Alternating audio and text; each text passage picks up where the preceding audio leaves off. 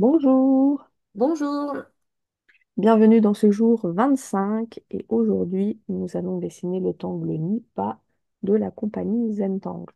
Alors pour faire le tangle Nipa, je vais me mettre dans toute cette zone et comme c'est un tangle un peu de texture, je vais faire carrément tout mon front ici au niveau du A et du M au début de notre grosse tuile. Alors, pour faire Nipa, c'est simple, on va faire déjà des bulles. Et comme moi, j'ai un assez grand espace, je vais faire des grosses bulles, mais vous pouvez les faire de différentes tailles ou de toutes petites, c'est comme vous voulez.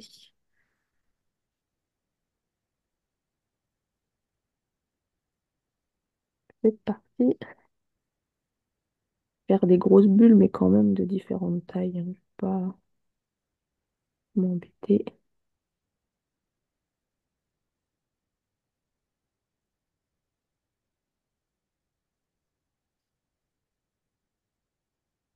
Hop, hop.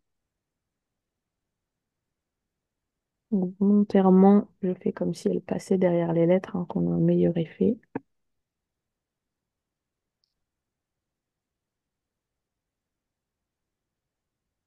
Allez, j'en refais quand même une ou deux petites pour un peu contraster. Peut-être une là aussi, mais le tangle nœud, je sais plus son nom, tangle nœud. Quasimodo. Voilà, Quasimodo. Merci. Et du coup, pour faire Nipa, il va falloir faire derrière ces bulles des vagues. Vous pouvez les faire très espacées, très serrées. Il faut juste faire comme des auras. Vous faites une première vague et vous suivez la forme en faisant toujours plus ou moins le même écart. J'ai envie de suivre la diagonale de Zender, mais vous n'êtes pas obligé. Donc c'est parti, je vais commencer par le milieu, on va dire. Et je vais faire ma vague passe derrière mes bulles. Et je vais faire ensuite des auras. Moi j'ai envie d'en faire des grosses. Et à chaque fois que je vais croiser une bulle ou une lettre ou un autre tangle, je passe derrière.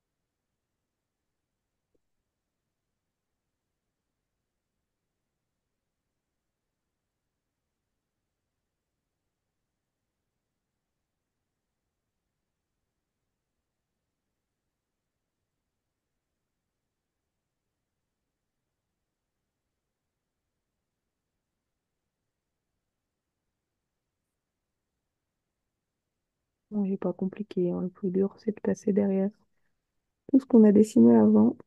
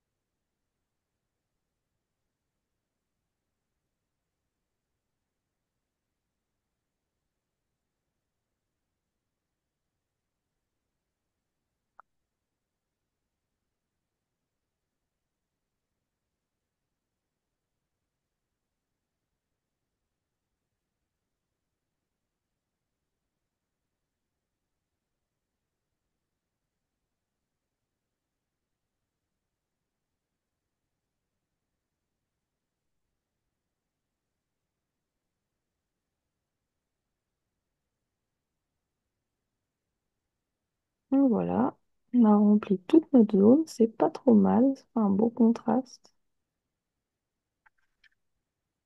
Et on vous dit à demain pour un nouveau angle. À demain.